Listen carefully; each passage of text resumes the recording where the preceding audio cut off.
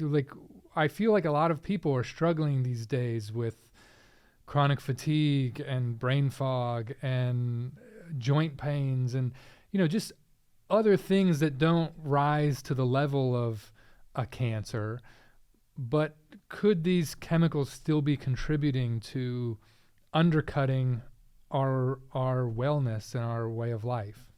Absolutely. So, one limitation in the body of work is, again, we've talked about some of the challenges with doing some of this research. We can only study things for which we have data for. You can acquire birth certificates, you can acquire tumor registry. We track cancers, there's hospitalization data, but there are a whole range of outcomes, as you're kind of mentioning, Stuart, that have been studied a little bit or maybe not at all. So there have been studies that have looked at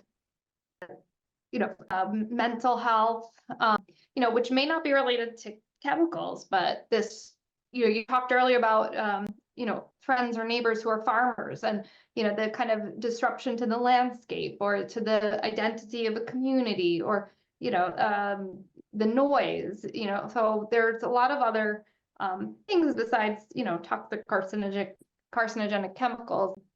So yes, I think there is biological plausibility for a number of other health outcomes. And, some others have been studied, a handful here and there, like headaches, cardiovascular effects. Um, we just talked about the outcomes that have the most evidence, which is in part the birth outcomes. Respiratory outcomes also has a fairly substantial body of evidence that proximity to active oil and gas wells can lead to asthma exacerbations and respiratory issues, and then a few studies on childhood cancers. But a lot of other outcomes haven't been studied